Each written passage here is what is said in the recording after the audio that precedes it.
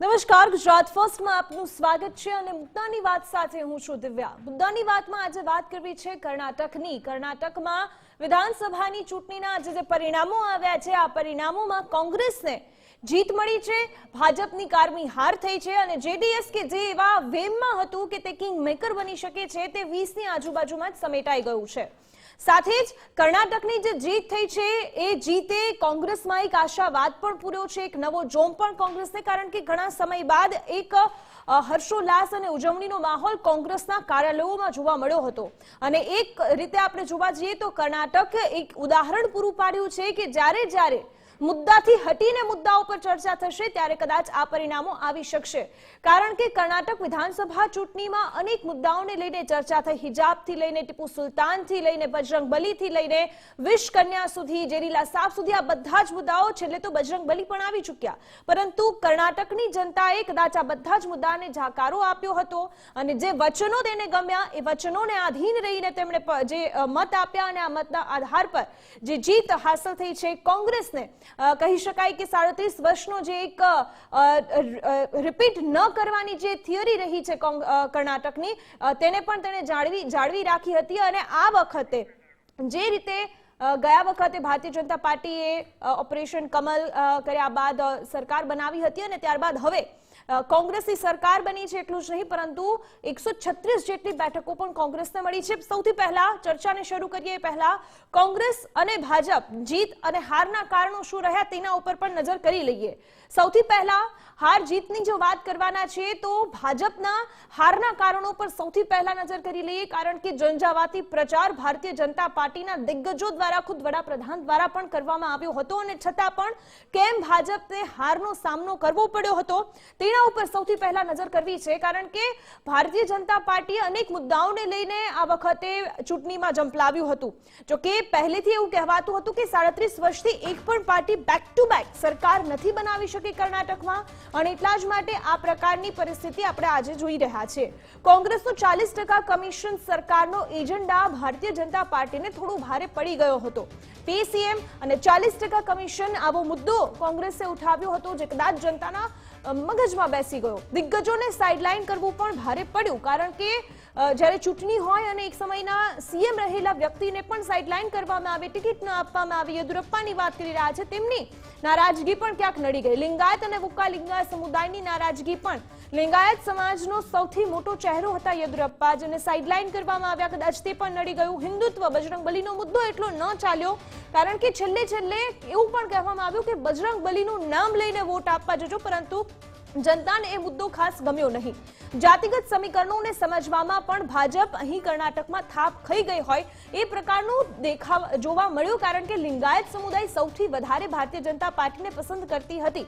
મતના ધ્રુવીકરણની નીતિ પણ કામ ન આવી। અનેક એવા વિસ્તારો હતા જેમ કે કોસ્ટલ કર્ણાટક છે, મહારાષ્ટ્ર કર્ણાટક છે, આ બધા કર્ણાટક, બેંગલુરુ રીજન છે, આ બધા એવા વિસ્તારો હતા કે જ્યાં ભારતીય જનતા પાર્ટીની સારી એવી વોટ બેંક હતી, છતાં પણ ત્યાં ભારતીય જનતા પાર્ટીને જાકારો મળ્યો। પ્રદેશ પ્રમુખ સામે જ ભાજપમાં નારાજગી હતી, એટલું જ નહીં પરંતુ 80% જેટલી નારાજગી હતી। સતત તેમના સામેની અવગણના સામે આવી રહી હતી।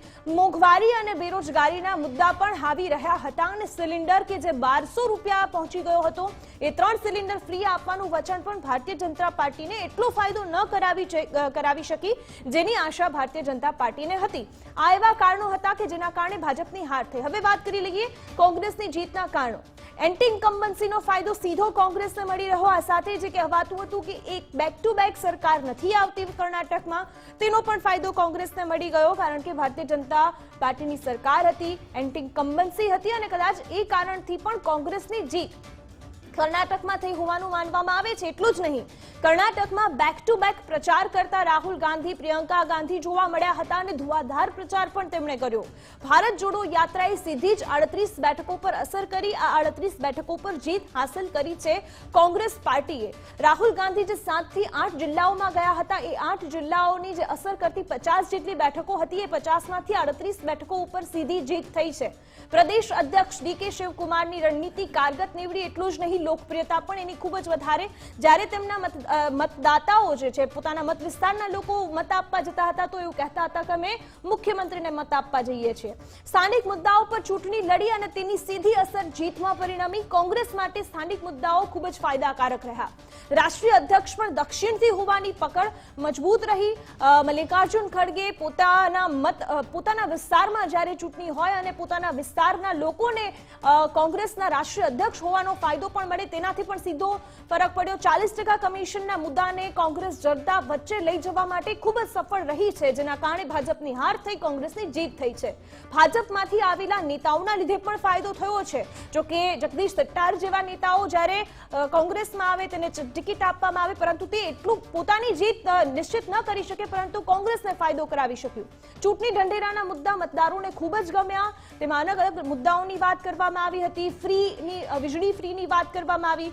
જાતિ સમીકરણ મુજબ ટિકિટોની વહેંચણી પણ જે કોંગ્રેસે કરી હતી એ કોંગ્રેસને ખૂબ જ ફાયદો કરી ગઈ. લિંગાયત સમુદાય જે હતો જે ભાજપ તરફી હતો પરંતુ આ વખતે કોંગ્રેસ સાથે જોવા મળ્યો અને તે પણ તેના માટે ફાયદાકારક રહી ગઈ. સત્તા વિરોધી જે લહેર છે તે પણ કોંગ્રેસ માટે ખૂબ જ કારગત નીવડી હતી અને કોંગ્રેસને જીત અપાવી ચૂકી. અને આ જીત ન માત્ર 130, કારણ કે ડીકે શિવકુમારને જ્યારે પૂછવામાં આવ્યું હતું કે તમારે જેડીએસની જરૂર પડશે કે કેમ, ત્યારે તેમણે ચોખ્ખું કહ્યું હતું કે અમે 130થી વધુ બેઠકો લાવવાના છીએ અને એટલા જ માટે અમારે કોઈના સહકારની જરૂર નહીં પડે. અને 136 બેઠકો જ્યારે મળી છે કોંગ્રેસને, હવે માત્ર એક સવાલ કે કોંગ્રેસમાં સીએમ કોણ બનશે. જો કે ધારાસભ્ય દળની બેઠક મળવાની છે અને ત્યારબાદ જ કોઈ નિર્ણય આવી શકે છે. તે સવાલ પણ આપણે કોંગ્રેસના પ્રવક્તાને જ પૂછીશું અને સીધા ચર્ચા પર જઈશું, કારણ કે ખૂબ જ મહત્વપૂર્ણ કર્ણાટક વિધાનસભાની આ ચૂંટણી રહી. આવનાર સમયમાં અન્ય રાજ્યોમાં પણ ચૂંટણી થવાની છે અને ત્યારબાદ 2024 લોકસભાની ચૂંટણી પણ આવવાની છે. અને એટલા જ માટે સીધા ચર્ચા કરીશું. આપણી સાથે વરિષ્ઠ પત્રકાર કાનાભાઈ બાટવા રાજકોટથી જોડાઈ ગયા છે. સાથે રાજકીય વિશ્લેષક જયંતભાઈ પંડ્યા જોડાઈ ગયા છે આપણી સાથે. ભાજપના નેતા કિશોરભાઈ મકવાણા અને આ સાથે જ કોંગ્રેસના નેતા પાર્થિવરાજસિંહ કઠવાડિયા આપણી સાથે જોડાઈ ગયા છે. આપ તમામનું સ્વાગત છે. સૌથી પહેલા પાર્થિવરાજસિંહ, કોંગ્રેચ્યુલેશન અને ખૂબ જ સારી એવી જીત કોંગ્રેસને મળી છે એ બદલ આપને શુભેચ્છાઓ. જીત માટે કોને શ્રેય આપશો? ખરેખર તો જે વાત આપે જે મૂકી અને ભારતીય રાષ્ટ્રીય કોંગ્રેસની જીતની જે વાત કરી, કર્ણાટકની જનતાને શ્રેય જાય છે, ભારતીય રાષ્ટ્રીય કોંગ્રેસના હજારો લાખો કાર્યકર્તાઓને શ્રેય જાય છે અને ભારતીય રાષ્ટ્રીય કોંગ્રેસના દરેક નેતૃત્વને શ્રેય જાય છે.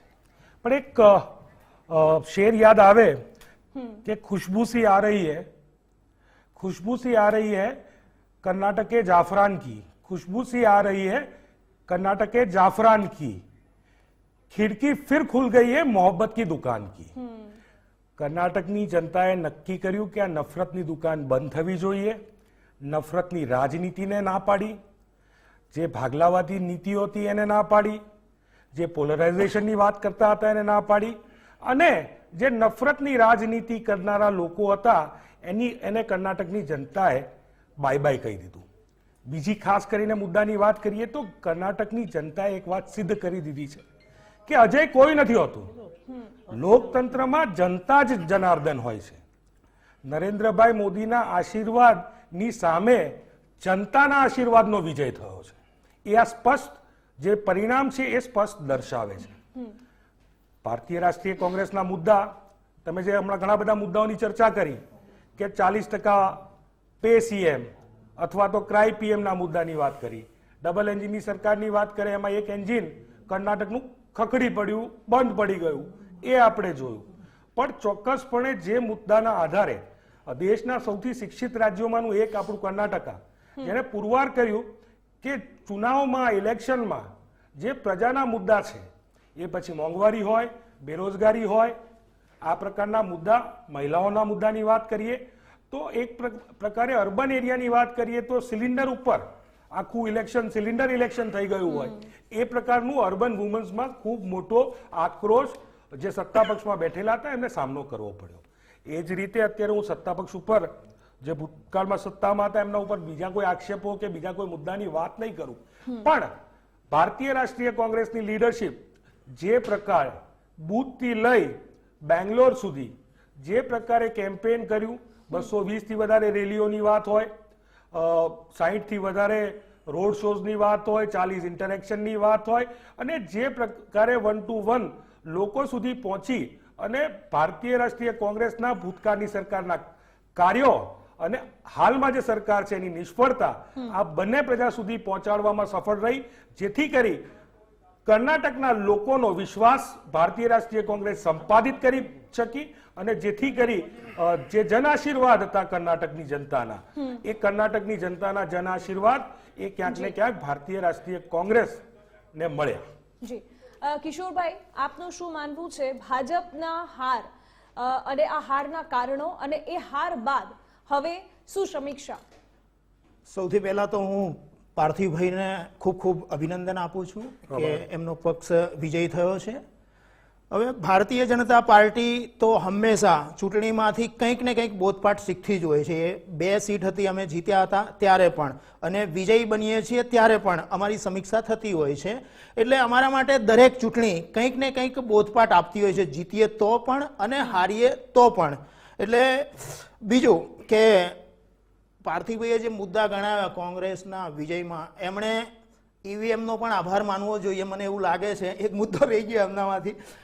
બીજું કે કદાચ કર્ણાટકની જે સરકાર છે અમારી હતી, એના જે કંઈ પ્રજાકીય કામો કર્યા હતા એ કદાચ લોકો સુધી પહોંચાડવામાં સફળ નહીં થયા, એ પણ એક કારણ છે.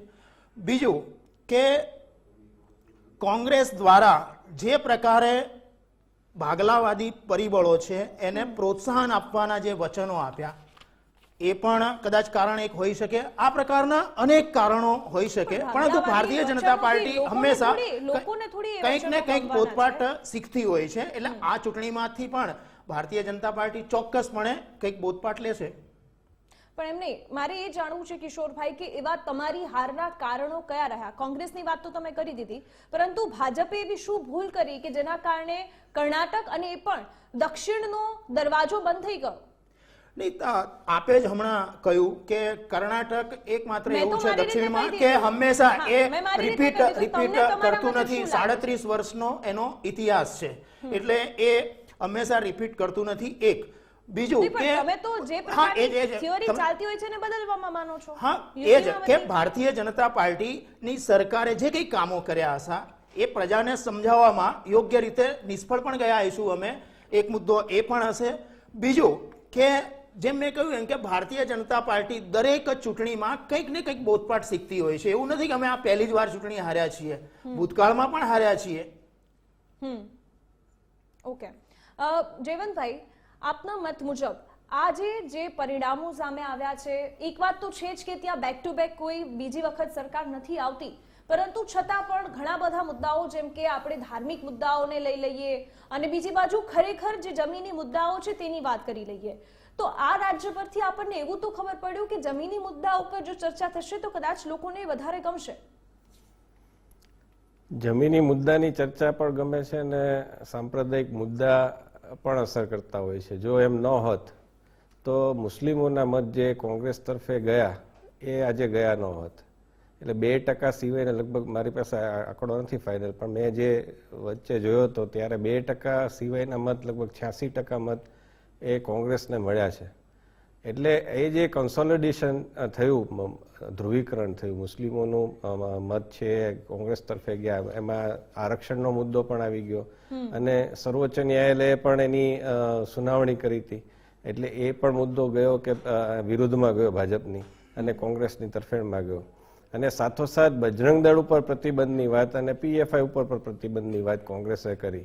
અને હિજાબની લડાઈમાં જે વાત હતી ત્યાં હિજાબની ખૂબ સંઘર્ષ એ લોકોએ કર્યો, તો એમાં પણ કોંગ્રેસે સાથ આપ્યો.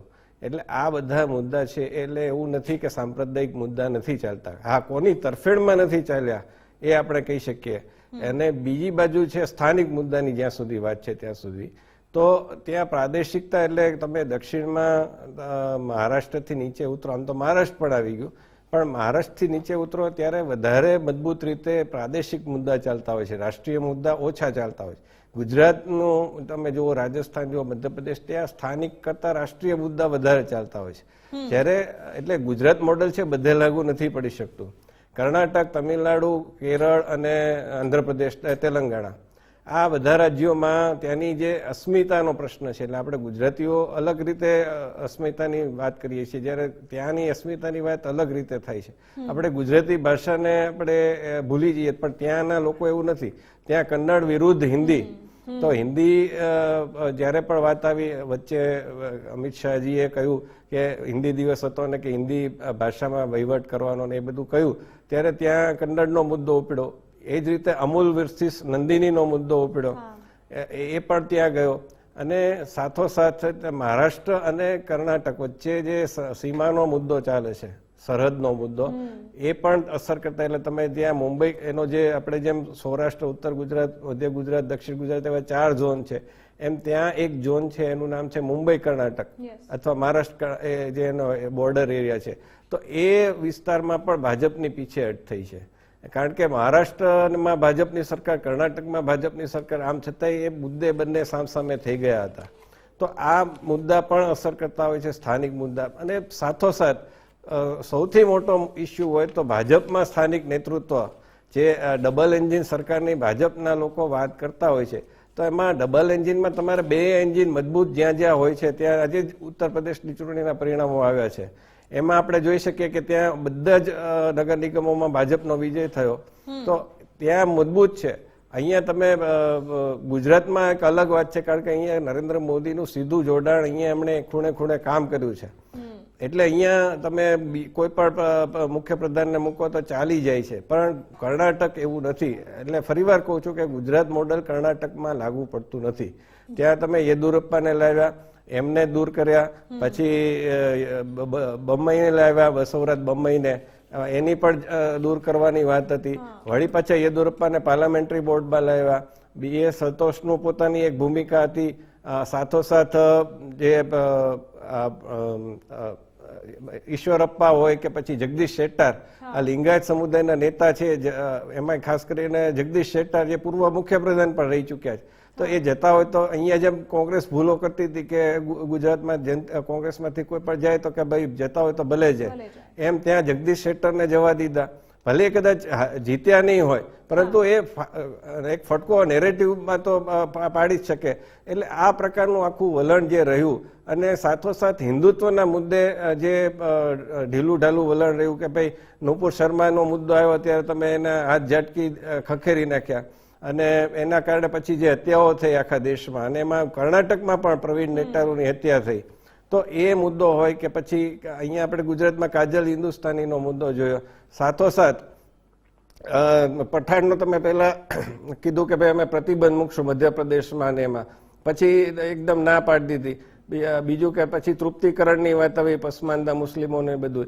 તો લોકો છે એ કન્ફ્યુઝ થઈ ગયા કે અમારે કઈ બાજુ જવાનું. ભાજપના કાર્યકર્તા પોતે કન્ફ્યુઝ થઈ ગયા. છેલ્લા દિવસોમાં જ્યારે કોંગ્રેસના ચૂંટણી ઢંઢેરામાં બજરંગ દળની વાત આવી, ત્યારે એકદમ અચાનક જ એ બધી વાત ઉપાડી. એટલે આ પ્રકારના વલણને કારણે મને લાગે છે કે ભાજપને આ વખતે જનતાએ સાથ એટલો નથી આપ્યો. એમ છતાંય એનો જે વોટ શેર તમે જોશો તો 36.35% ગઈ વખતે પણ હતો, અને આ વખતે પણ 36% જેવો જ છે. એટલે જે ફટકો પડ્યો છે એ જનતા દળ સેક્યુલર, એના વોટ ટ્રાન્સફર થયા છે કોંગ્રેસમાં, એ કારણ છે મને લાગે છે કે ધ્રુવીકરણ મુસ્લિમોનું કોંગ્રેસ તરફે થયું છે એના કારણે. ઓકે, કાનાભાઈ બાટવા પણ આપણી સાથે જોડાયેલા છે. અને કાનાભાઈ, જે રીતે આ કર્ણાટકનું આજનું પરિણામ છે, એના ઉપરથી એવા અલગ કયા તારણો નીકળી શકે કે જે આગામી જેટલા પણ ઇલેક્શન્સ થવાના છે, રાજ્યના પણ હોય કે પછી લોકસભાના પણ, તેને પણ અસર કરી શકે?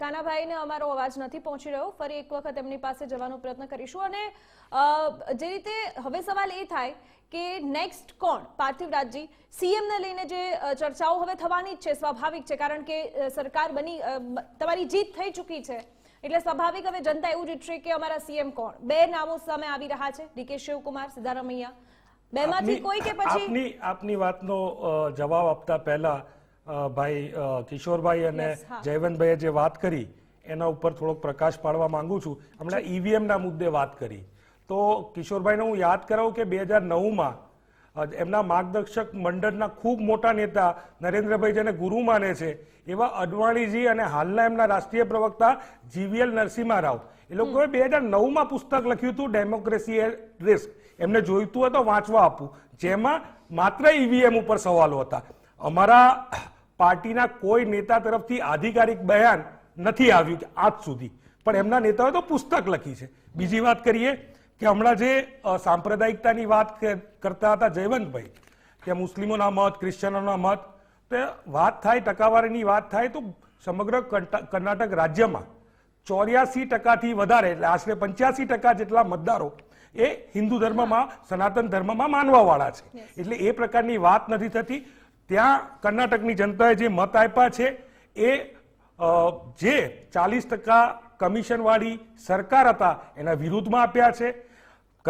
કર્ણાટકના લોકોએ જે પોલ પ્રોમિસીસ ભારતીય રાષ્ટ્રીય કોંગ્રેસે કર્યા હોય, ગૃહલક્ષ્મી યોજના હોય, ગૃહજ્યોતિ યોજના હોય, યુવા નિધિ યોજના હોય, અન્નભાગ્ય યોજના હોય અને ઉચિતા પ્રયાણા યોજના હોય, આવી યોજનાઓ જે અમે લોકો વચ્ચે લઈ ગયા અને એમને સ્વીકારીને વિશ્વાસ મૂક્યો. હમણાં જે વાત કરતા હતા કે ભાઈ અમારી સરકારના કામો કદાચ અમે લોકો સુધી, કિશોરભાઈ કહે કે નથી પહોંચાડી શક્યા, પણ એટલા માટે નથી પહોંચાડી શક્યા કારણ કે ભૂતકાળની સિદ્ધારામૈયા સરકાર જે હતી 165 પ્રોમિસીસ કર્યા હતા ચૂંટણીમાં, એમાંથી 158 પ્રોમિસીસ પૂરા કર્યા હતા. જ્યારે બોમૈયા સરકારે 600 પ્રોમિસીસ કર્યા હતા, એમાંથી 10% પ્રોમિસીસ પણ પૂરા નથી થયા.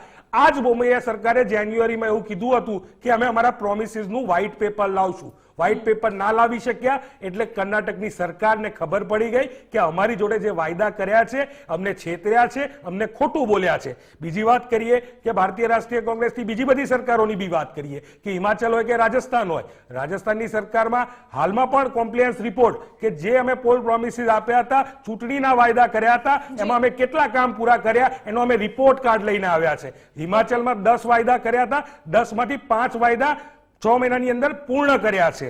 ત્યારે અલગ અલગ મુદ્દાઓની ચર્ચા કરતા હતા ને હવે તમારા સવાલના જવાબ ઉપર આવું, કારણ કે એમના જે આક્ષેપો હતા એના ઉપરથી વાત જે મેં મારી મૂકી. તમે જે કીધું કે હવે મુખ્યમંત્રી કોણ, તો હંમેશા ભારતીય રાષ્ટ્રીય કોંગ્રેસની પરંપરા રહી છે વિધાયક મંડળ બેસે અને નક્કી કરે. વિધાયક મંડળ બેસશે અને નક્કી કરશે કે કર્ણાટકના મુખ્યમંત્રી કોણ બનશે. ઓકે, આ પ્રોસિજરમાંથી ભારતીય રાષ્ટ્રીય કોંગ્રેસ પસાર થવાની છે. ઓકે, કઈ વાંધો નહીં.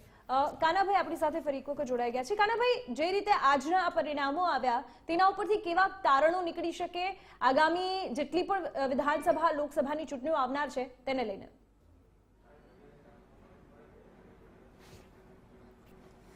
આનો એક મોટો જે ફાયદો છે દિવ્યા, એ કોંગ્રેસનો આત્મવિશ્વાસ દ્રઢ થયો છે. જે કોંગ્રેસ માટે એવું હતું કે જીતવાની કોઈ આત્મવિશ્વાસ જ ન હોય, આપણે ગુજરાતમાં જોયું તો કોંગ્રેસ જે લડતી હતી એનામાં કોઈ વિશ્વાસની કોન્ફિડન્સ નહોતો. એ કોન્ફિડન્સ આનાથી બિલ્ડ થયો. 2024ની જે લોકસભાની ચૂંટણી છે એ ચૂંટણી બહુ અલગ મુદ્દાએ લડાતી હોય છે, નેશનલ મુદ્દાઓ હોય છે અને આ સ્થાનિક મુદ્દાઓ હોય છે. એટલે એવું ન કહી શકાય કે આ એનો પ્રી રન છે. પણ જે પક્ષને જીતવાની ટેવ જ ન હોય એ પક્ષ જ્યારે જીતવા માંડે તો એને એમ લાગે કે અમે કરી શકશું. બીજું એવું થયું છે કે રાહુલ ગાંધીના નેતૃત્વ ઉપર વિશ્વાસ નહોતો રહ્યો. એમાં એવું લાગતું રાહુલ ગાંધી આ નરેન્દ્ર મોદીની સામે ઊભી શકે એમ નથી. પણ આ એક મોટું રાજ્ય જ્યારે જીતા ત્યારે એમ લાગે કે ના, એમ કે કોંગ્રેસ પણ લડી શકે એમ છે અને પોતે લડી શકે એમ છે એવું જ્યારે કોઈ માણસને લાગે ત્યારે એની શક્તિમાં આપોઆપ વધારો થતો હોય છે. એટલે હવે જે આગામી ચૂંટણીઓ આવવાની છે, રાજસ્થાન સૌથી મોટી ચૂંટણી એવા આવશે કે જેમાં અત્યારે ગેહલોતની સરકાર છે. અત્યારે રાજસ્થાન પણ આમ કર્ણાટક જેવું છે, દર 5 વર્ષે બદલી નાખે. એટલે ત્યાં ગેહલોતની સરકાર છે, કોંગ્રેસની સરકાર છે અને કોંગ્રેસની સરકારને ટકાવી રાખવી એ બહુ મોટો પડકાર છે, કારણ કે એ 5 વર્ષે બદલવાવાળી પ્રજા છે. ગુજરાત જેવું નથી. ત્યાં કર્ણાટકમાં છેલ્લા 36 વર્ષથી દર 5 વર્ષે સરકારને બદલી નાખવામાં આવે.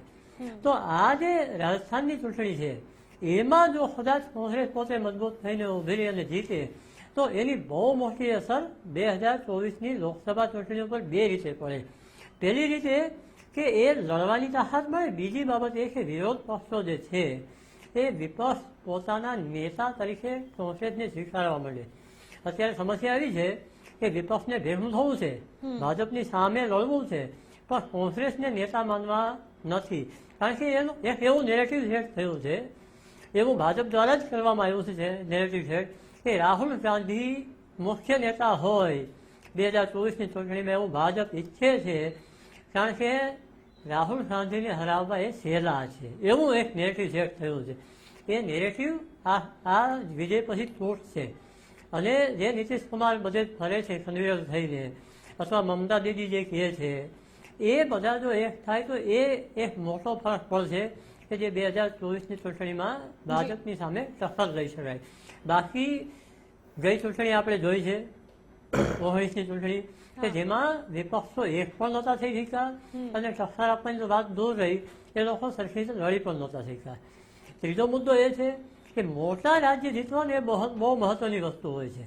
નાના રાજ્યમાં તમે પ્રયત્ન કરી શકો, પણ મોટું રાજ્ય એવું છે કે જેમાં વિવિધતા બહુ હોય. કારણ કે કર્ણાટક છે તે એટલી બધી જાતિઓમાં વહેંચાયેલું રાજ્ય છે કે કોઈ એકને ખુશ કરવાથી તમે જીતી શકો નહીં.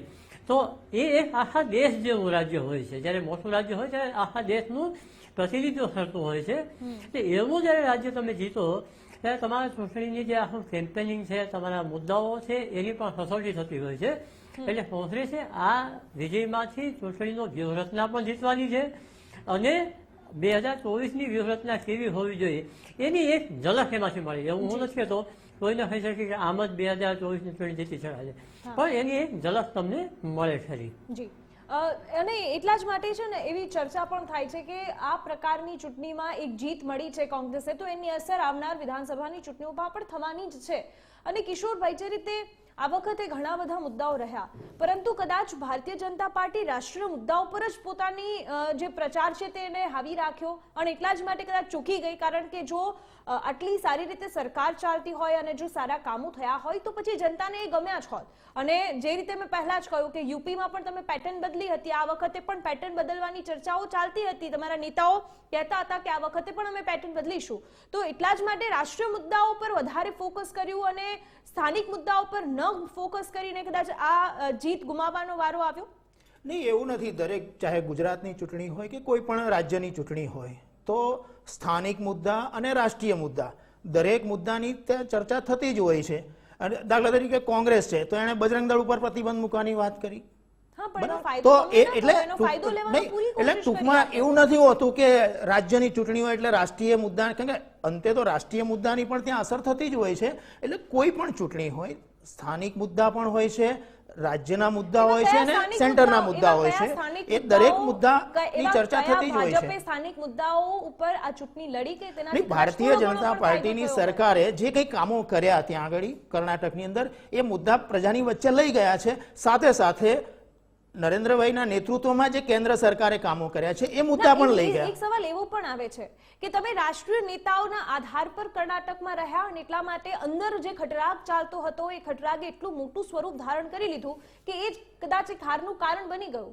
નહીં, એવું નથી હોતું. દાખલા તરીકે રાજસ્થાનમાં અમે હાર્યા હતા, બરાબર છે, મધ્યપ્રદેશમાં પણ શરૂઆતમાં હાર્યા હતા, છત્તીસગઢમાં હાર્યા. તો એવું નથી હોતું કે દરેક ચૂંટણી કેન્દ્રના જે નેતાઓ હોય છે એના આધારે જ લડાતી હોય છે. Bharatiya Janata party cadre base કાર્યકર્તા આધારિત પાર્ટી છે, અને એટલા જ માટે કોઈ પણ ચૂંટણી હોય એ અમારો કાર્યકર્તા મેદાનમાં લડતો હોય છે, સ્થાનિક નેતૃત્વ હોય છે અને રાષ્ટ્રીય નેતૃત્વ હોય છે. એના આધારે ભારતીય જનતા પાર્ટીની ચૂંટણીની દરેક રણનીતિ બનતી હોય છે અને એના આધારે ચૂંટણીઓ લડાતી હોય છે. ઓકે જયવંતભાઈ, આપની પાસે હું આવું, પરંતુ એ પહેલા એક બ્રેક લેવો પડશે અને એટલા જ માટે બ્રેક બાદ આ ચર્ચાને યથાવત રાખીશું. રોકાઈશું બ્રેક માટે.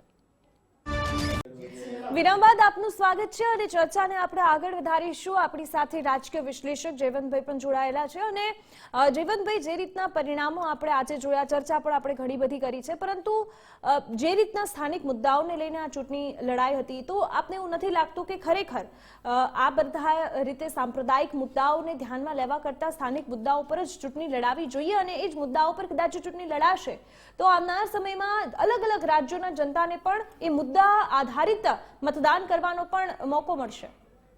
એટલે રાષ્ટ્રીય અને સ્થાનિક મુદ્દા બંને અસર કરતા હોય છે.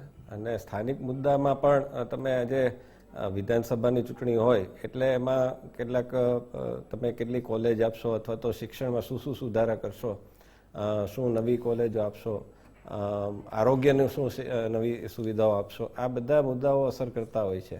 સાથોસાથ આપણે જ્યારે આ દેશમાં અલગ અલગ સંપ્રદાય, તમે જુઓ ગુજરાતમાં ચૂંટણી આવે એટલે સમાજનું રાજકારણ શરૂ થઈ જાય છે અને એ સમાજના રાજકારણમાં દરેક પક્ષ, કોઈ પક્ષ બાકાત નથી. આપણે જોયું કે ગુજરાતની ચૂંટણીમાં પટેલ સમુદાય માટે થઈને નરેશ પટેલને બનાવવા માટે કેટલા બધા જ પક્ષના લોકો ગયા, વિવિધ બેઠકો કરી. તો બીજા બધા સંમેલનો થવા લાગે છે. તો એ જ પ્રકારે અલગ ઉપાસના પદ્ધતિવાળા જે બધા છે હિન્દુ મુસલમાન, તો એનો પણ એક આખું એ લોકોના પણ મુદ્દા હોય છે કે ભાઈ અમારો આ મુદ્દો છે એને તમે સોલ્વ કરો. અનામતનો મુદ્દો છે તો એ લોકો એમ કે અમને અનામત આપો. તો એ પ્રકારના મુદ્દા છે એને તમે અસ્પૃશ્ય ન કરી શકો, એને તમે એનાથી તમે વેગળા ન રહી શકો. એટલે એ મુદ્દા તમારે કાં તો એને તમારે વલણ લેવું પડે કે ભાઈ આપશું અથવા તો નહીં આપીએ. એ પ્રકારની વાત હિજાબ છે તો એની પર તમારે એક વલણ લેવું પડે કે ભાઈ સરકારી કોલેજ છે તો એમાં તમારે એને અનુમતિ આપવી કે ન આપવી. એ લોકો માગણી કરે કે ભાઈ અમે પહેરીને આવશું અને સામે પક્ષે હિન્દુ એમ કે અમે પણ તિલક કરીને આવશું ને ધોતી પહેરીને આવશું તો ચલાવશો તમે. તો ક્યાંક તમારે સ્ટેન્ડ લેવું પડે અને એટલા માટે થઈને આ મુદ્દાઓ ઉભરી આવતા હોય છે. અને એમાં પછી જ્યારે આખું રાજકારણ ભળે અને એ રાજકારણમાં આખું એ જ તરફ લઈ જાય ત્યારે આપણને એમ થતું હોય છે કે આ સાંપ્રદાયિક મુદ્દા હાવી થઈ ગયા, પરંતુ એવું નથી હોતું. દરેક મુદ્દા છે એટલા જ ઓલા થતા હોય છે. આજે દાખલા તરીકે કોંગ્રેસ તરફે વાત કરીએ તો એમણે એક પ્રયત્ન કર્યો ભારત જોડો યાત્રા દ્વારા અને એક એવો નેરેટિવ ઊભો કરવાની કોશિશ કરી. એમાં full credit goes to Rahul Gandhi કે એમણે કન્યાકુમારીથી લઈને કાશ્મીર સુધી ભલે કેટલાક વિવાદાસ્પદ ચહેરાઓ પણ એમાં મેધા પાટકર જેવા દેખાય, પણ ઓવરઓલ એ જે આખી બિલ્ડિંગ કસરત હતી એમની, એ આખી આપણે અગાઉ મેં પણ ટીકા કરી કે ભાઈ પાર્ટ ટાઈમ પોલિટિશિયન છે. બિહારની ચૂંટણીમાં પણ એમના પક્ષના નેતા છે એમણે કીધું કે એમના સાથી પક્ષના એણે કીધું હતું કે જેસલમેર ચાલ્યા ગયા હતા અથવા તો સિમલા ચાલ્યા ગયા હતા. પણ આ જે ભારત જોડો યાત્રા હતી એમાં જે રીતે લોકો સાથે એમણે સંવાદ કર્યો, જે રીતે એમણે કેટલીક ઇન્ફોર્મલ ચેષ્ટાઓ કરી, દાખલા તરીકે ડાન્સ કર્યો હોય, વાર્તા કીધી હોય અને એ રીતે આખું એના વિડીયો પણ વાયરલ થયા. તો એના દ્વારા એક આખું લોકોને ફરીવાર લાગ્યું કે નહીં, કોંગ્રેસ તરફ જઈ શકાય છે. તમે જુઓ કે છેલ્લી કેટલીક ચૂંટણીઓમાં કોંગ્રેસ મુખ્ય વિપક્ષ તરીકે અથવા તો મુખ્ય શાસક પક્ષ તરીકે લોકો કેવી રીતે ભરોસો કરે, એ પ્રકારનું આખું થયું. હિમાચલ પ્રદેશમાં જે ચૂંટણીમાં જીત્યા એના લીધે એ લોકોનો મોરલ છે બુસ્ટઅપ થયો. તો એ પ્રકારના કારણે કર્ણાટકમાં પણ સોનિયાજી પણ પોતે પ્રચારમાં આવ્યા. છેલ્લા તમે કેટલાક વખતથી જુઓ તો સોનિયાજી તબિયતનું કારણ હોય કે જે કંઈ કારણ પણ પ્રચારમાં નહોતા આવતા. આ વખતે એમણે પ્રચાર કર્યો અને પ્રિયંકાજી પણ પ્રચારમાં ગયા. તો આ સંયુક્ત આખી લડાઈ હતી. એટલે એમાં મુદ્દા છે. રાહુલ ગાંધીની તમે વાત કરો, હવે એમણે અદાણીના અંબાણીના આ મુદ્દા ઉપાડ્યા, તો આ તો રાષ્ટ્રીય મુદ્દા છે. પણ એ રાષ્ટ્રીય મુદ્દા છે આવતા હોય છે તો ભાજપ સરકારે કેન્દ્ર તરફથી એમ કે અમે જો ડબલ એન્જિનની સરકાર હશે તો કર્ણાટકનો વિકાસ સારો થશે, કર્ણાટક નંબર 1 સ્ટેટ બનશે, ત્યાં ઇન્વેસ્ટમેન્ટ સારું આવશે, એવી વાત કરી. એટલે દરેક ચૂંટણીમાં છે રાષ્ટ્રીય મુદ્દા પણ હોય છે, સ્થાનિક મુદ્દા પણ હોય છે, પરંતુ દક્ષિણની જ્યાં સુધી વાત છે ત્યાં સુધી અથવા તો પૂર્વમાં તમે જ્યારે જાઓ પૂર્વ ભારતમાં તો સ્થાનિક મુદ્દા છે એ વધારે અસર કરતા હોય. ત્યાં દરેક પક્ષે પછી પોતાનો એજન્ડા, દાખલા તરીકે સિક્કિમ બાજુ ને એ બાજુ જાઓ તો એ લોકોની જનજાતિ આ છે તે છે બધું અલગ હોય છે. તો એ પ્રમાણે તમારે એ કરવું પડે છે. તમે ભારત છે વિવિધતાનો દેશ છે. અહીંયા એક પ્રકારની રાજનીતિ, એક ઉત્તર ભારત ને પશ્ચિમ ભારતની વાત અલગ છે. એમાંય તમે પંજાબ ને જાઓ તો પાછું અલગ જ રાજકારણ થઈ જાય છે. બધા જ રાજ્યોની અલગ અલગ રાજનીતિ છે અને રાજનીતિના આધીન જ સરકારો બને છે અને હારે પણ છે. કાનાભાઈ, જે રીતે અત્યારે સૌથી વધારે ચર્ચા બે વસ્તુઓની થઈ રહી છે. એક તો દર ટર્મમાં એક સરકાર બદલાય છે, એક એ ચર્ચા પણ થઈ રહી છે અને એ ચર્ચાના આધાર પર એવું માનવામાં આવે છે કે કોંગ્રેસની સરકાર બની. સાથે બીજી ચર્ચા ભારત જોડો યાત્રાની, કારણ કે ભારત જોડો યાત્રા શરૂ થઈ ત્યારે અનેક સવાલો થયા, પૂરી થઈ ત્યાર સુધી અનેક સવાલો થયા, પરંતુ હવે કદાચ તેનું પરિણામ મળતું કર્ણાટકથી જોવા મળી રહ્યું છે. એના માટે આપનું શું માનવું છે?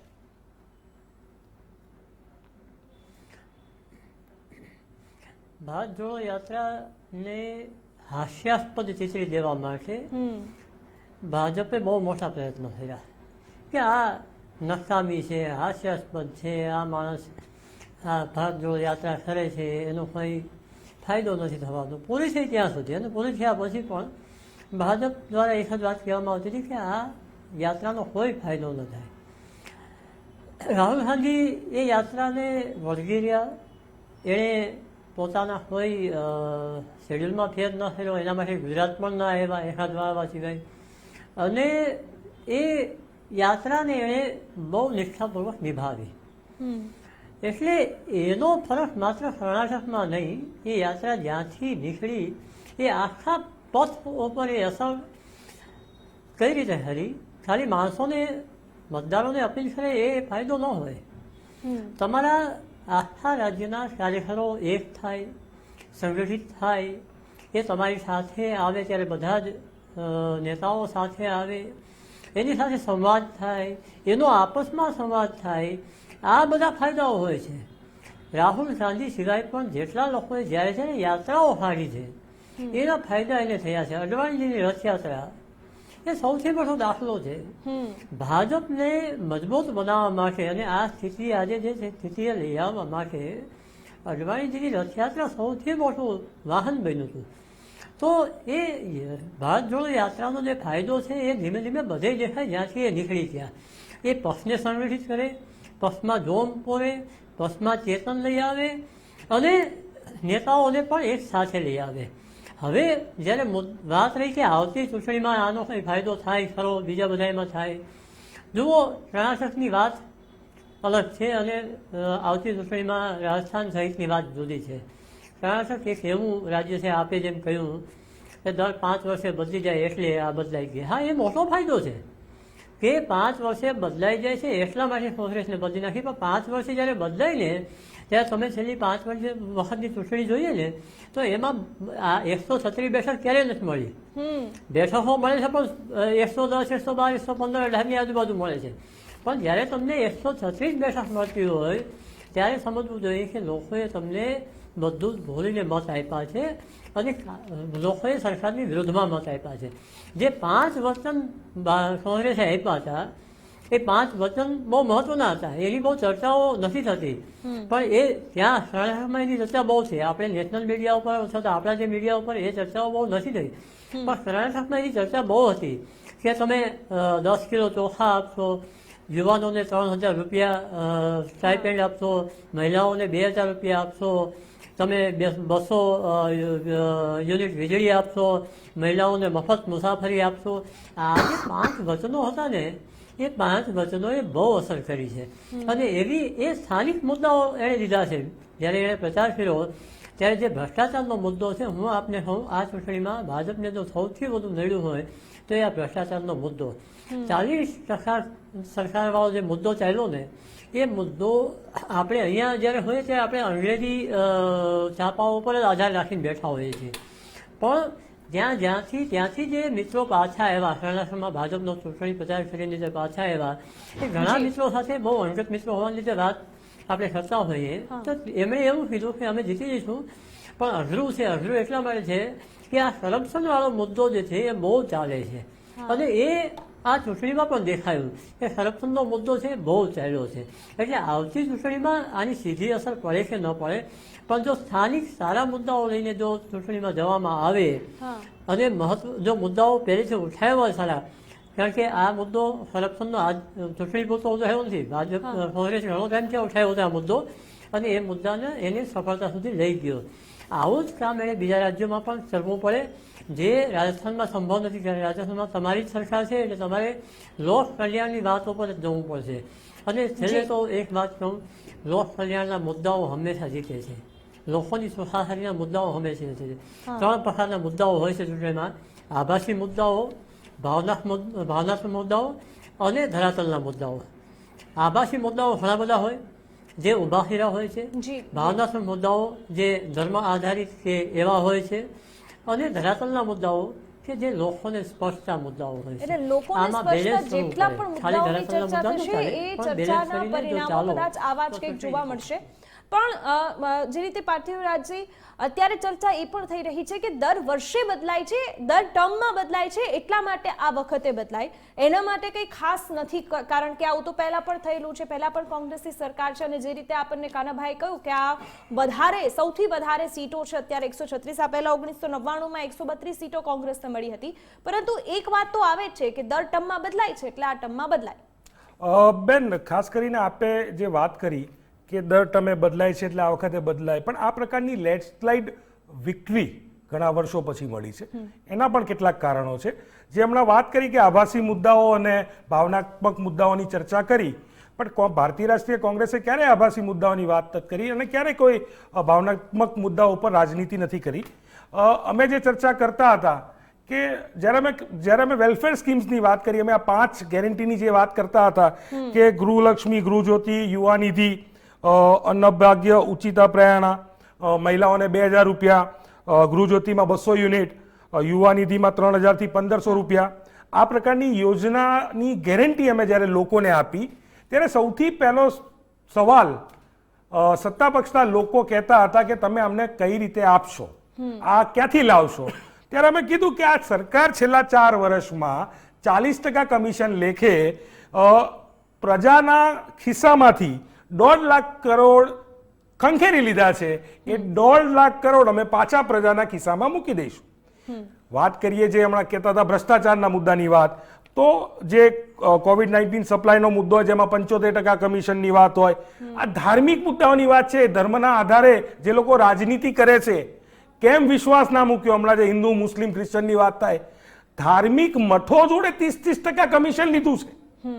રિલિજિયસ મઠ, જે લિંગાયતના મઠ હોય, અલગ અલગ મઠ હોય, એમાં 30% કમિશન માંગ્યું છે. ત્યાંના આખા કોન્ટ્રાક્ટર એસોસિએશને લેખિતમાં કીધું છે કે અમારી જોડે 40% કમિશન લેવામાં આવ્યું. આ જ રીતે મોટા પ્રમાણમાં ભ્રષ્ટાચાર, એન્જિનિયરની ક્યાં ટ્રાન્સફર જોબ, એમાં ભ્રષ્ટાચાર, સબ રજિસ્ટ્રાર, બેસ્કોમ, પીએસઆઈ કૌભાંડ હોય, આસિસ્ટન્ટ પ્રોફેસરની ભરતી, lecturer, junior engineer, PWD engineer, constable, BDA commissioner, KPSC ચેરમેનની વાત હોય, ડીસી અને એસપીની વાત હોય, ઇવન વાઇસ ચાન્સલરમાં પણ ભ્રષ્ટાચાર, એસી અને તહેસીલદારમાં પણ ભ્રષ્ટાચાર, અને છેલ્લે તો ત્યાં સુધી કે ભાઈ સીએમની પોસ્ટ 2500 કરોડ, મિનિસ્ટરની પોસ્ટ 500 કરોડ. આ પ્રકારનો વેપાર, આ પ્રકારનો વેપલો એ કર્ણાટકની જનતાએ જોયો. સાથે સાથે બીજા મુદ્દાની વાત કરીએ, જે યુવાનોના મુદ્દાની વાત કરીએ કે સમગ્ર કર્ણાટકમાં 700 ઉપર ફેક્ટરીઝ શટડાઉન થઈ ગઈ. 47,000થી વધારે લોકોએ છેલ્લા 2 વર્ષમાં જોબ લોસ કર્યો. યુવાનોએ નવી જે કહેવાય કે પ્રોફેશનલ્સ હતા, કારણ કે આઈટીનું ખૂબ મોટું હબ, જે પ્રોફેશનલ્સ છે એમના માટે નવી જે જોબ્સ ઊભી કરવી જોઈએ એમાં નિષ્ફળ રહ્યા. શિક્ષણની વાત કરીએ, જે શિક્ષિત રાજ્યો છે એને ચિંતા હોય કે ભાઈ કર્ણાટક જેવા રાજ્યમાં 57% સ્કૂલોમાં શિક્ષક નથી. આ મુદ્દા હતા. ગૃહિણીઓ ખાસ કરીને, જે મેં પહેલા જ વાત કરી કે it is a cylinder election, કે 1200 રૂપિયા, એ મહિલાઓનો આક્રોશનો સામનો કરવો પડ્યો, યુવાનોના આક્રોશનો સામનો કર્યો, ભ્રષ્ટાચારથી ત્રસ્ત વેપારીઓના આક્રોશનો સામનો કરવો પડ્યો, અને એનું આ પરિણામ છે.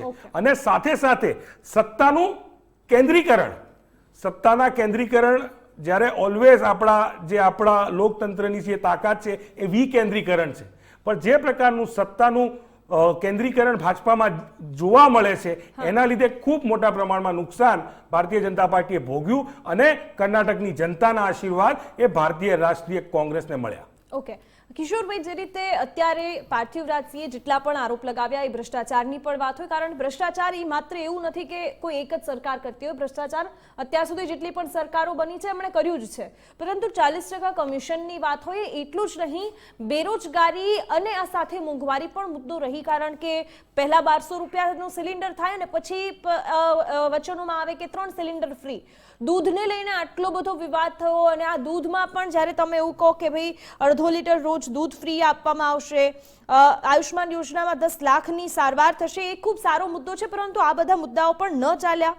5 કિલો ચોખા આપવાની પણ વાત કરી, પરંતુ આ બધા જ મુદ્દા ન ચાલ્યા. ચાલ્યું તો માત્ર મોંઘવારી અને બેરોજગારી, કે જે સૌથી વધારે લોકોને અસર કરતા મુદ્દા રહ્યા. સૌથી પહેલાં તો કોંગ્રેસને ભ્રષ્ટાચાર વિશે બોલવાનો કોઈ હક જ નથી, કેમ કે એ તો 40%ની વાત કરે છે. રાજીવ ગાંધી 85%ની વાત કરતા હતા કે 85%નો ભ્રષ્ટાચાર થાય છે એ વખતે, બરાબર. અને અત્યાર સુધી કોંગ્રેસ નામશેષ થઈ ગઈ એનું એકમાત્ર કારણ ના, હવે દરેક નામશેષ બાબતમાં નથી. ભ્રષ્ટાચાર. બરાબર. બીજું ના, હવે નામશેષ કર્ણાટકની નથી. જ્યાં હા. સુધી વાત છે ત્યાં સુધી કર્ણાટકમાં ભારતીય છે, જનતા રાજસ્થાન, પાર્ટીનો જે છત્તીસગઢ. ટકાવારી છે એ માત્ર 1% આવું ઘટી કાઢી છે. બરાબર છે. જેડીએસ છે એના 4-5% કોંગ્રેસ તરફ ગયા છે. એ મોટા ભાગના મુસ્લિમોના વોટ ગયા છે.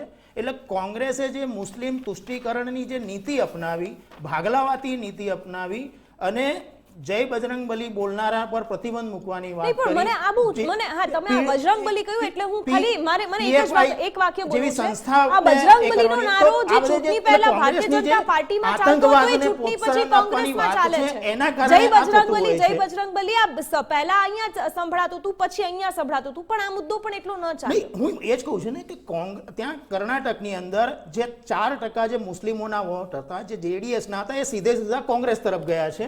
કારણ કે એમણે જે બજરંગબલી પર પ્રતિબંધ મૂકવાની વાત કરી, બજરંગ દળને બેન મૂકવાની વાત કરી અને આતંકવાદને જે પ્રોત્સાહન આપવાની જે બધી એની નીતિ રીતિ છે, એના કારણે જે 4% વોટ હતા એનો બહુ જ મોટો માર્જિન કોંગ્રેસને ફાયદો થયો છે. ભારતીય જનતા પાર્ટીનો જે વોટ શેર છે માત્ર 1% ઘટ્યો છે. પણ મને આઈડિયા છે ત્યાં સુધી વોટ શેરની વાત અલગ છે અને સીટોની વાત અલગ હા, એટલે છે ને. એક વોટનો પણ પણ વોટ ઘણી બધી શેર સીટો પર 36% change રહ્યો લાવી છે, સારી શકે વાત છે. છે, અને પરંતુ 4% કદાચ મુસ્લિમોના સીટોની વધારે વોટ ગણતરી ઘણો બધો થવી change જોઈએ, લાવી કારણ કે શકે એમ છે. સીટોના કારણે સરકાર બને છે અને 4% નથી બનતી. મુસ્લિમોના વોટ ઘણો ચેન્જ લાવી શકે એમ છે. જી જી પાર્થિવરાજ ફરી પાછા એમના મુદ્દા ઉપર આવી ગયા. બજરંગબલીની વાત કરે ત્યારે મારે વાત કરવી છે કે જેમ ભગવાન શ્રીરામમાં અને નથુરામમાં ફરક છે ને, એમ બજરંગબલી અને બજરંગ દળમાં ફરક છે. 100થી વધારે ફરિયાદ ભાજપ સરકારે ગુંડાગર્દીની, કર્ણાટકની સરકારે 100થી વધારે ફરિયાદ બજરંગ દળ ઉપર કરી છે. બીજી વાત કરીએ, નહીં, એ તો ભગવાન એમને બજરંગબલીના નામે, એક મિનિટ, આપ બોલતા હતા ત્યાં નહોતું. ભગવાન બજરંગબલીના નામે જ્યારે રાજસ્થાનમાં ભગવાન બજરંગબલીની જ્ઞાતિ ઓળખવાનું કામ કર્યું હતું, ત્યારે બી ભગવાન બજરંગબલીએ રાજસ્થાનમાં ગઈ વખતની ચૂંટણીમાં ગદા ફટકારી હતી, મતરૂપી ગદા. આ વખતે પણ બજરંગબલીના નામ, જે બજરંગબલી આસ્થાનો વિષય છે, એમનું નામ પણ ક્યાંક ને ક્યાંક રાજનીતિ કરવામાં લેવામાં આવ્યું. પાછું એમણે ગદા ફટકારી. 2003માં જ્યારે જે શ્રીરામ સેના કરીને સેના હતી એને ગોવાની ભાજપ સરકારે બેન કરી, તો શું રામ વિરોધી ગણવાના? શિવસેના ને તોડી ભાજપાએ, તો શિવ વિરોધી ગણવાના? અને આ લોકો જે પ્રકારે સનાતન ધર્મનો રાજનૈતિક ઉપયોગ કરે છે, એનો કર્ણાટકની જનતાએ જવાબ આપ્યો છે કે ધર્મ એ આસ્થાનો વિષય છે. ધર્મ આસ્થા બધા જ પાર્ટીઓ ઉપયોગ કરે બીજું છે. મેં પહેલા જ કોઈ એક કીધું પાર્ટી કરે કે એવું છે જ. સમગ્ર કર્ણાટકમાં 85% જેવા મતદારો હિન્દુ છે. એ સનાતન ધર્મ માનવા વાળા છે. 84% હિન્દુ છે, 13% મુસ્લિમ છે, 2% ઈસાઈ છે, અન્ય 1% છે. આ આંકડા તો આ ઉપર સીધી આંકડાની વાત છે કે સીધા પ્રમાણમાં 136 બેઠક લેન્ડસ્લાઇડ વિક્ટરી દર્શાવે છે કે કર્ણાટકની જનતાએ Okay. નફરતની દુકાનને ના પાડીને બાય બાય કરી દીધી છે. એ રાહુલ સ્પષ્ટ ગાંધીએ દેખાય કહ્યું છે. કે આ મોહબ્બતની દુકાન ખુલી ગઈ છે. કઈ વાંધો નહીં જયવંતભાઈ, જે રીતે આપણે બંને પક્ષને જોઈએ, આ બંને પક્ષમાં એવું બિલકુલ નથી કે કોઈ ખટરાગ નહોતો. એ આપણને ભાજપમાં પણ દેખાયો ખટરાગ, અને ડીકે શિવકુમાર, સિદ્ધરમૈયા જેવા દિગ્ગજોનો પણ ખટરાગ કોંગ્રેસને દેખાયો. પરંતુ બંને પક્ષોમાં કદાચ અત્યારે જીત બાદ એવું કહી શકાય કે આ ખટરાગ ખાડવામાં કોંગ્રેસને ફાયદો થયો અને ભાજપ એમાં કદાચ એને નુકસાન એના કારણે વધારે થયું એવું કહી શકાય. હા બિલકુલ. એટલે વચ્ચે જે આપણે વાત થઈ કે દર 5 વર્ષે કર્ણાટકમાં ચૂંટણીમાં લોકો પરિવર્તન કરી દે છે સરકારમાં, તો એનું એક કારણ એ પણ છે. એટલે 1978 સુધી જો હું ભૂલતો ન હોઉં તો કોંગ્રેસની જ સરકારો સતત રહી કર્ણાટકમાં. અને એ પછી ખાસ કરીને 1989 જ્યારે એસઆર બોમ્માઈ મુખ્યપ્રધાન હતા જનતા દળના, એ પહેલા રામકૃષ્ણ હેગડે હતા, તો એસઆર બોમ્માઈ વિરુદ્ધ જે આખો લેન્ડમાર્ક વર્ડિક્ટ કહેવાય છે સુપ્રીમ કોર્ટનો, રાજ્યપાલની સત્તાનો દુરુપયોગ ને એ બધું, તો એ વખતે થી જ કર્ણાટકમાં અસ્થિરતાનો યુગ ચાલુ થઈ ગયો. જેમ કેન્દ્રમાં પણ આપણે જોયું હતું કે વચ્ચે એકદમ અસ્થિરતાનો યુગ હતો 1991 થી 1900 ઇવન 2014 સુધી. તો એ જ રીતે ગુજરાતમાં પણ વચ્ચે અસ્થિરતાનો યુગ આવ્યો. તો આ પ્રકારનો અસ્થિરતાનો યુગ દરેક પક્ષમાં રહ્યો. તમે જુઓ તો કુમારસ્વામી અને સિદ્ધરમૈયા એ બંનેની સરકાર હતી, તો એમાં પણ કુમારસ્વામી રડતા હોય અને કે મારું કંઈ ચાલતું જ નથી એ પ્રકારની વાતો કરતા હોય. એ જ રીતે વચ્ચે જે ભાજપની યેદુરપ્પા વાળી સરકાર બની, તો એમાં 2008 કે એની આસપાસની વાત છે. તો એમાં યેદુરપ્પાને ભ્રષ્ટાચારના આક્ષેપમાં કાઢવામાં આવ્યા, તો પછી સદાનંદ ગૌડા એને બનાવવામાં આવ્યા, પછી જગદીશ શેટ્ટરને બનાવવામાં આવ્યા. એ જ રીતે ભાજપની ને કુમારસ્વામીની સરકાર બની તો પહેલાં કુમારસ્વામી મુખ્યપ્રધાન બન્યા, પરંતુ જ્યારે ભાજપનો વારો આવ્યો ત્યારે એમણે કીધું કે નહીં, અમે ટેકો નહીં આપીએ. એટલે આ અસ્થિરતાનો યુગ સતત ચાલ્યો. અને એમાં પછી આ વખતે જનતાએ જોયું કે નહીં, હવે એક કારણ કે આખા દેશમાં જે પ્રકારનું લગભગ તમે જો પંજાબમાં પણ આમ આદમી પક્ષને એ જ પ્રકારનો વિજય આપવામાં આવ્યો, ઉત્તર પ્રદેશમાં પણ તમે જુઓ તો યોગી આદિત્યનાથને બીજી વાર સતત એ જ પ્રકારનો સ્થિરતાવાળો સંદેશ આપવામાં આવ્યો. એટલે મહારાષ્ટ્રમાં જ્યારે તમે જોયું કે એક પક્ષને ભલે એક શિવસેનાને એ બધું જે કંઈ કર્યું, પણ જ્યારે એવું થાય છે ત્યારે પછી વિકાસ અટકી જાય છે. અને એના કારણે આ વખતે જનતાએ જોયું કે નહીં, ભાજપ છે એણે બરાબર કામ નથી કર્યું, તો પણ કોંગ્રેસને આપો તો એક વ્યવસ્થિત મતાદેશ આપો, જેથી એને કોઈના ટેકાની જરૂર ન પડે. કારણ કે લાસ્ટ ટાઈમ આપણે જોયું હતું કે કઈ રીતે થોડા સમય સુધી પહેલા તો સ્ટાર્ટિંગમાં ભાજપે સરકાર બનાવી લીધી, 5-6 દિવસમાં પાછી એ બહુમત ન સાબિત કરી શકી, પાછી જેડીએસ કોંગ્રેસ આવ્યા, એણે બનાવી, પાછું ઓપરેશન કમલ ચાલ્યું, પછી પાછી ભાજપ. એટલે આ અસ્થિરતાનો સામનો ન કરવો પડે એટલા માટે ખૂબ સારી એવી જીત અત્યારે કોંગ્રેસને આપી. પરંતુ કાનાભાઈ, અસ્થિરતા એક બાજુ આને કહી શકાય કે 5 વર્ષની સરકાર અને 5 વર્ષ પછી જો તમે કામ નથી કર્યું તો અમે બીજી સરકાર પસંદ કરી શકીએ છીએ. જનતાનો આ મૂળ સરકાર કામ કરે એના માટે જરૂરી છે એવું આપનું માનવું છે?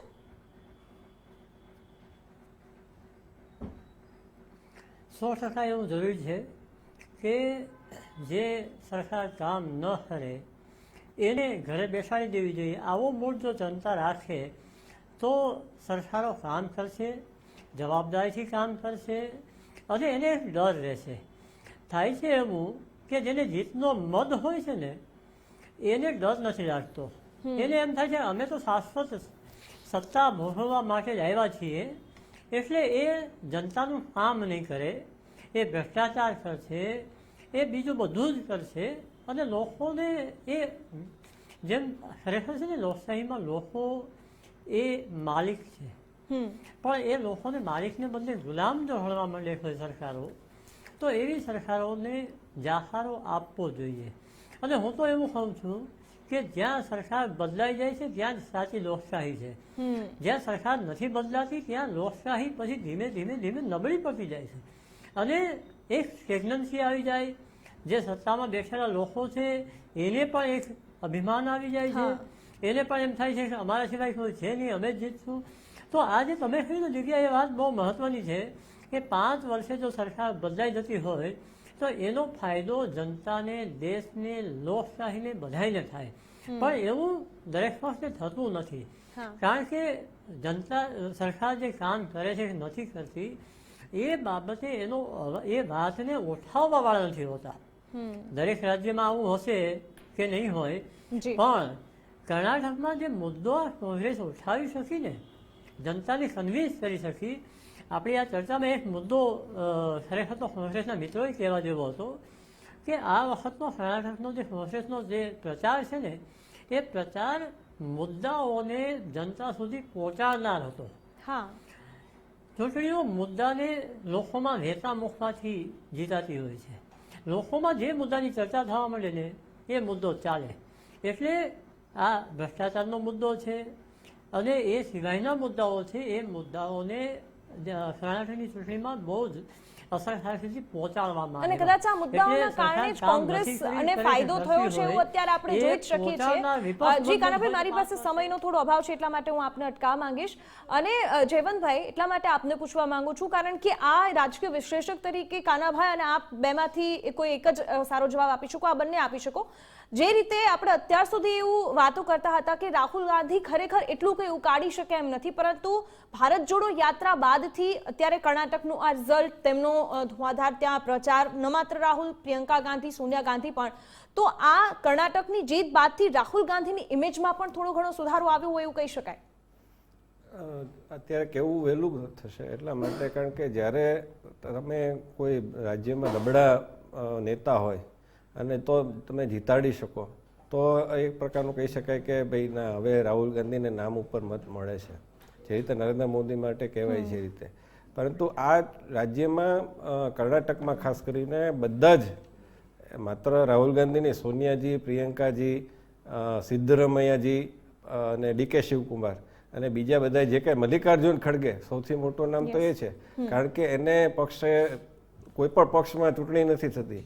કોંગ્રેસ પર આપણે બધાએ ટીકા કરી, ભાજપે ટીકા કરી, એના કારણે એક દબાણ આવ્યું. ભલે એ પછી શશી થરૂરે જે કંઈ આક્ષેપ કરે તે અલગ વાત છે, પણ એક પ્રકારની ચૂંટણી થઈ અને એ ચૂંટણીમાં મલ્લિકાર્જુનજીને અધ્યક્ષ બનાવાયા. કર્ણાટકના હતા, દક્ષિણના હતા, એટલે બહુ સમજદારીપૂર્વક આખું મેનેજ થયું કે ભાઈ આપણે, કારણ કે જો તમે કોંગ્રેસનો વિજયનું તમે માપ જોશો તો ચાહે ઇન્દિરાજી હતા તો એ પણ કર્ણાટકથી ચૂંટીને ફરીવાર આવ્યા હતા. હા, એવી જ રીતે 2004માં પણ 2004 અને 2009માં સૌથી મોટો અથવા તો સૌથી મહત્વનો ભાગ ભજવ્યો હોય જીતાડવામાં તો આંધ્રપ્રદેશ, કર્ણાટક એ રાજ્યોએ, કેરળ છે, તો એ રાજ્યોએ અને ડીએમકે સાથે ગઠબંધન, તો એને કારણે એ લોકો જીત્યા હતા. એમને ઉત્તર ભારત, કારણ કે એમની પાસે ઉત્તર ભારતના એવા કોઈ મહત્વના નેતા નથી જે હિન્દી સારું બોલી શકે. એમની પાસે દક્ષિણના નેતા કે શશી થરૂર છે, મલ્લિકાર્જુન ખડગે છે, પી ચિદમ્બરમ છે, આ બધા નેતાઓ છે. તો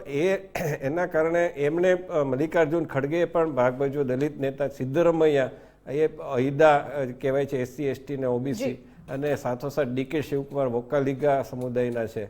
તો આ બધાએ ભેગા, કારણ કે બધા માટે અસ્તિત્વનો પ્રશ્ન હતો. ડીકે શિવકુમાર સામે ઈડીની કાર્યવાહી, સોનિયાજી ને રાહુલજી જામીન ઉપર, અને રાહુલજીનું સંસદ સભ્ય પદ જવું, એના કારણે નિવાસ ખાલી કરવું પડ્યું. જી જીવનભાઈ, મારી પાસે સમયનો અભાવ છે એટલે આપને અટકાવવા માંગીશ. આપ તમામ અમારી સાથે જોડાયા બદલ આપ તમામનો ખૂબ ખૂબ આભાર. તો આ સાથે મુદ્દાની વાતમાં હાલ બસ આટલું. નમસ્કાર.